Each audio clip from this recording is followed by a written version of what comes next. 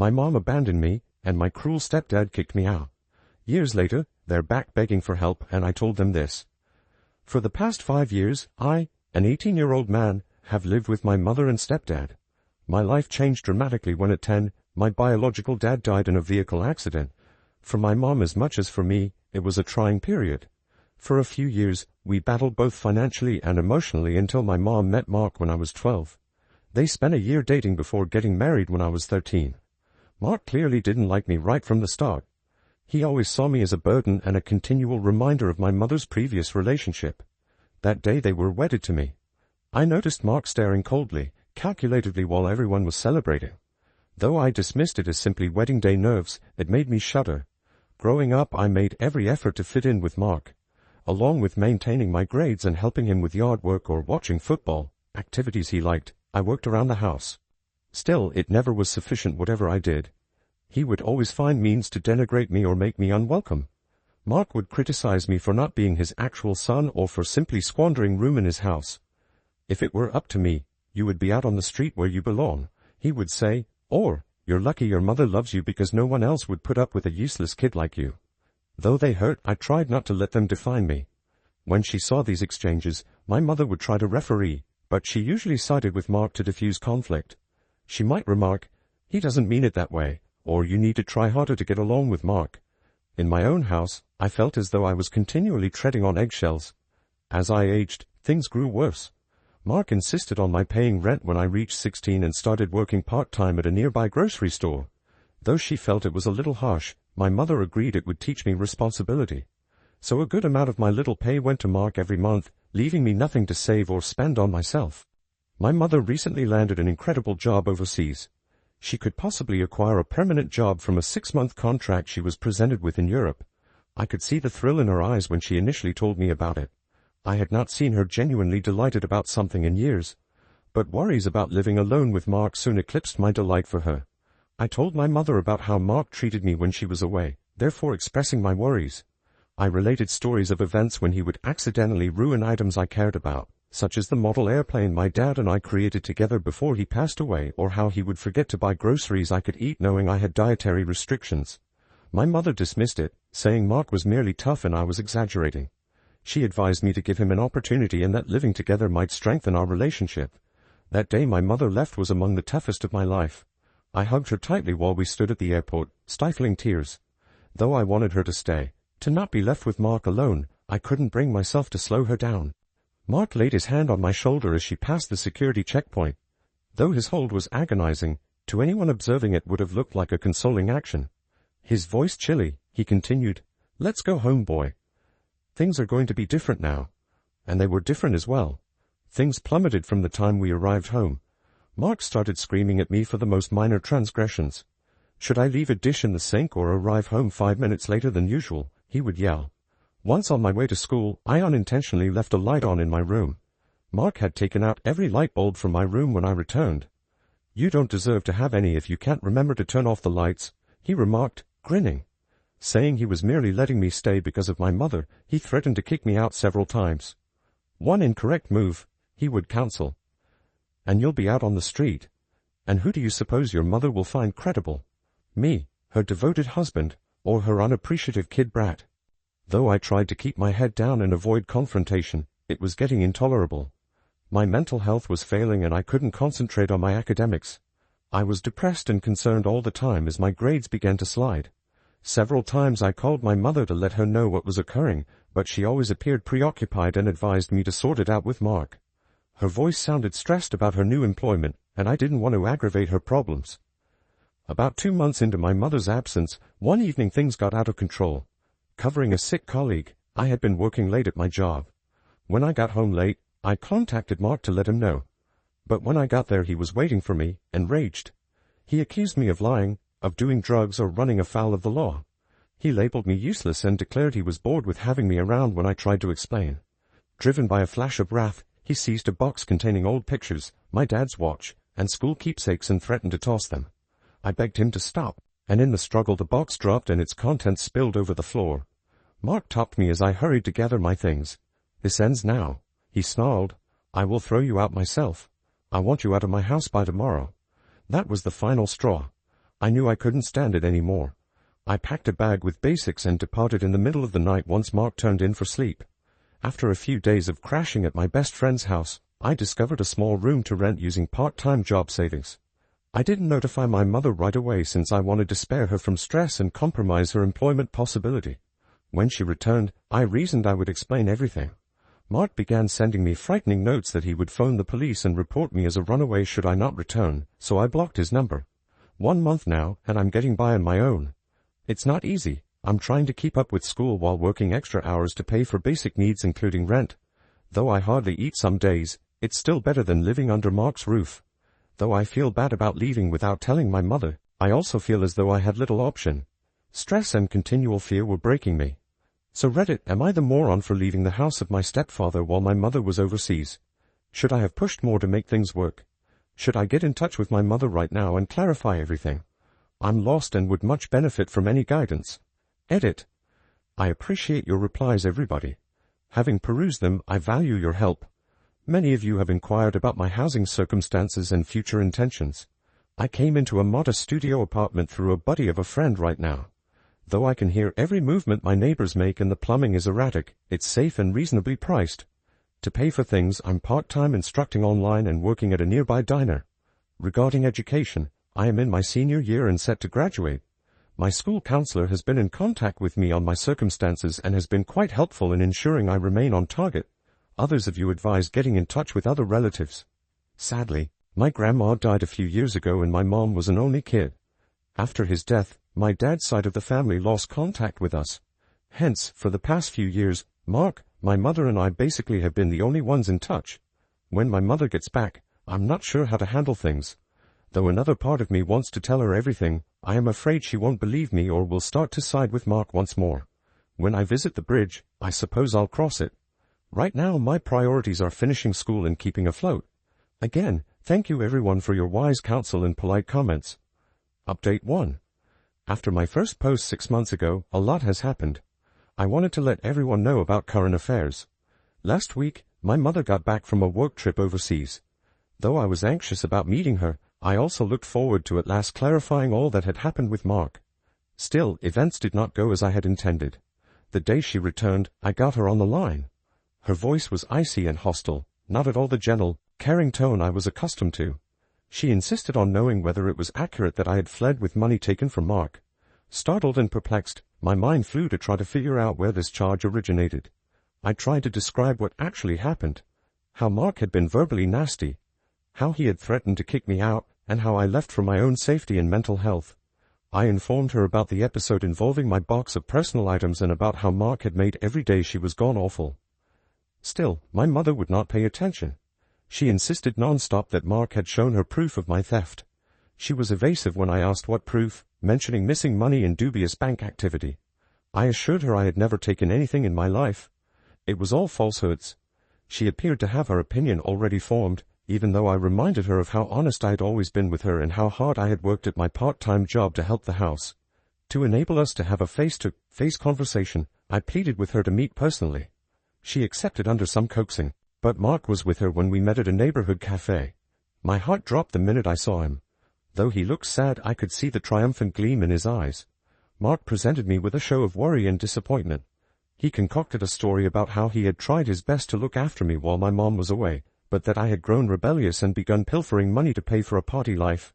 He discussed how he had spotted strange withdrawals from their joint account and how he would have noticed cash missing from his wallet. I stumbled. Though he told it so convincingly, every word he spoke was a lie. He even claimed to have fictitious bank records and invoices proving I had been taking money. Though I'm not sure how he made them, they appeared real enough to mislead my mother. He discussed his attempts to approach me about it, but I had fled instead of dealing with the fallout. I tried furiously to explain my side of the narrative and defend myself. I described how I'd been struggling to make ends meet in my tiny apartment and how I'd been working extra shifts to help myself. I mentioned to them the evenings I would have gone to bed hungry as I cannot afford rent as well as food. I begged my mother to remember how I had always been conscientious with money, how I had never given her any cause to question me before. But Mark had obviously been working on my mother for several weeks prior to her comeback. Her belief of me as a troubled, unappreciative child who had seized advantage of her absence was shaped by his poisoning of her against me. He presented himself as the victim, A worried stepfather limited to helping his wayward stepson. Seeing the sight of disappointment and wrath in my mother's eyes was the worst of it. She said she had trusted me to behave while she was away, and she couldn't believe I would treat her this way. She accused me of trying to assign blame and fabricating falsehoods about my loving stepfather when I tried to explain about Mark's behavior. Her voice breaking, "How could you do this to us?" she asked. "We gave you everything. This is how you reimburse us?" Her comments ripped right through, each one like a physical blow. Her own son Mark seemed to me incomprehensible as she believed him over me. My mother informed me at the meeting that she wanted time to consider what to do going forward. If she didn't trust me, she stated she cannot have me back in the house. I watched Mark comfort my mother by putting his arm around her shoulders as they exited the eatery. I got queasy looking at it. I kept trying to get in touch with my mother throughout the next few days, hoping she would listen to me free from Mark's influence. She either answered with brief icy texts instructing me to quit lying and take accountability for my behavior or ignored my calls. I was quite hungry, hoping they may be able to talk some sense into her. I contacted a few of Mom's friends. Alas, it appeared Mark had also gotten to them. They all told me how let down they felt of me, how they couldn't believe I would have stolen from my own household. My mother finally sent me a lengthy text message stating she had decided it would be better if I stayed away from home. She claimed she needed time to get through everything and that she felt rather let down in me. She advised me not to get in touch for a little while. I felt crushed. Along with losing my house, I had lost my mother, the one I considered to be always on my side. Mark had turned her against her own son by totally controlling her. The next several weeks blurred together. Trying to forget the huge void in my life where my family used to be, I pushed myself into work and education. Often lying awake at night, I struggled to fall asleep and found myself wondering what I could have said better to make my mother believe me. I replayed the talks in my mind. My grades began to slide once more, and I ran the danger of not graduating. It took a worried teacher dragging me aside to get me out of my slide bag. She questioned what was wrong when she observed my alterations. Hesitantly at first, I told her all. She thought of me surprisingly. She assisted me in contacting a social professional and a school counselor capable of offering me tools and assistance. Their assistance allowed me to get back on track with my academics and even obtain some extra financial aid to cover living expenses. I'm now figuring out my next moves. Working as hard as I can to support myself, I am still in my little flat. I have contacted a few reliable teachers at the institution who have been encouraging and guiding me through independent finishing of high school. About the future, I'm terrified, angry and wounded. My mother's treachery aches especially, and there are days when the loneliness feels unbearable. But I also want to prove Mark mistaken and show my mother the truth at last. Though I have not given up hope totally, I am not sure if our connection will ever be the same. Right now, I'm mostly planning for college and finishing off high school. Though it won't be simple, I am resolved to lead a better life for myself whether or not my family supports it. I appreciate your support of my original post everywhere. I would really appreciate any guidance on how one might go from here. How might I recover from this betrayal? When I feel so alone, how can I design a life for myself? Any advice would be appreciated. Update 2, 5 years later. My last update 5 years ago, and my life has altered drastically. I wanted to let others know what had happened and obtain some viewpoint on a most recent development. After high school, I threw myself into my education and job. Though I still felt the loss of my family hard, I turned that suffering into will. Majoring in computer science, I secured a scholarship at a state institution. I balanced several part-time jobs to make ends meet. Freelancing web design, working at the university library, and even weekend pizza delivery. Though it was demanding, college also released me. Living with Mark, I felt free from the continual anxiety and terror that had dogged me for the first time in years. To help me through the pain of my past, I began visiting a therapist and befriended people who grew to be like family. After graduating with honors, I found work directly out of college at a bright tech startup. Though I worked long hours and under great pressure, the work was challenging and I loved that challenge. Being appreciated for my work ethic and abilities felt fantastic, something I hadn't lately experienced. I have ascended in the company during the last 3 years. Originally a junior developer, the higher-ups were drawn to my commitment and creative ideas. Within a year, I was elevated to team lead. Lately, I was assigned lead developer for our primary offering. Our startup recently attracted a sizable investment, which sent us into the major tech industry ranks. Along with stock options that might be quite valuable should the business keep expanding, this brought a sizable pay rise for me. For the first time in my life, I am comfortable as well as financially steady. Along with moving into a decent apartment and even beginning to save money for the future, I bought my first car. I never spoke with Mark or my mother during this period. Particularly during holidays and events like my college graduation and career promotions, it was difficult. There were evenings when I would lie awake wondering whether my mother ever considered me, whether she ever regretted choosing Mark above me. But I concentrated on starting a new life for me and assembling a selected family including mentors and close friends.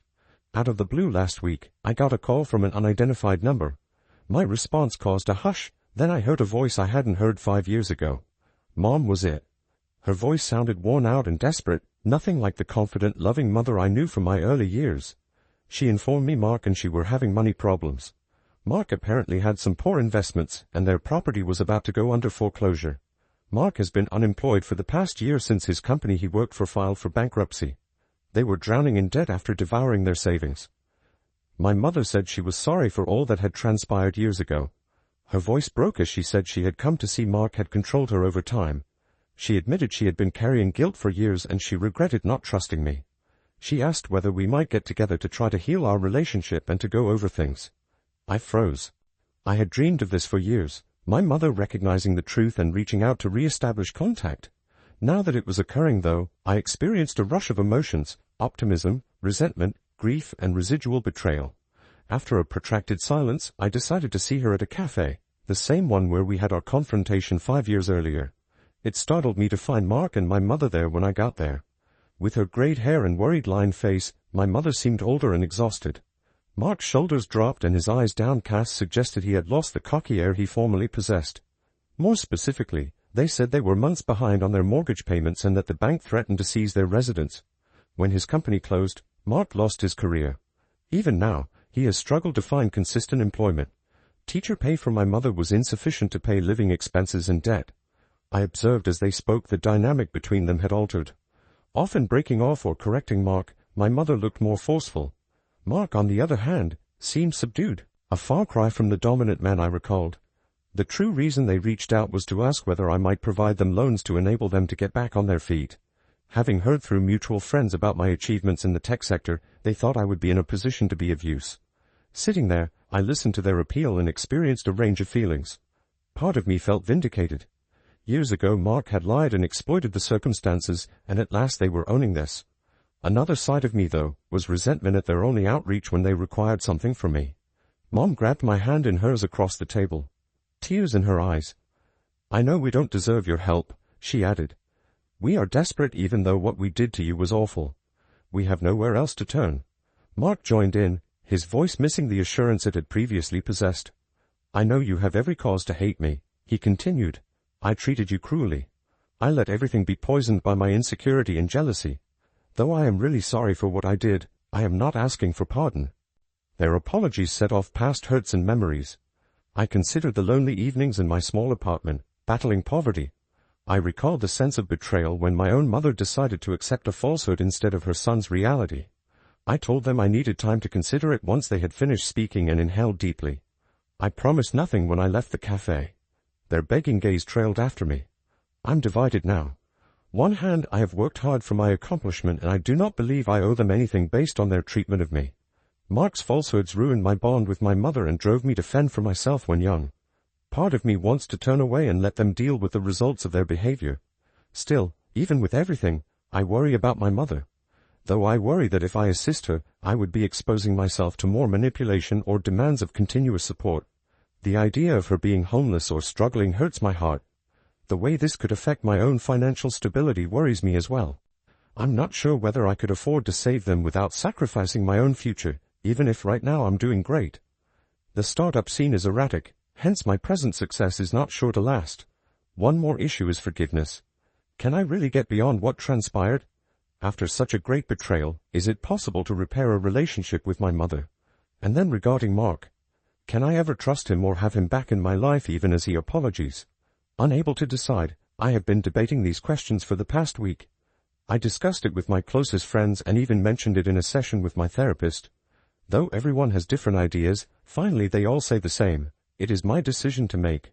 Part of me is driven to be a great person and offer an olive branch of support. Perhaps this is the first step toward mending past hurts and reconstructing my relationship with my mother. Another side of me, meanwhile, is terrified of subjecting myself to the suffering I have so battled once more. So on Reddit, I find myself wondering once more, am I bad if I refuse to assist my mother and stepdad financially following all that has happened?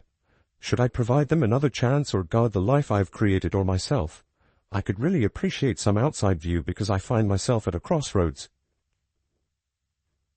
Thank you for watching. If you haven't subscribed yet, please do so and hit the notification bell to stay updated with more shocking real-life stories happening around you.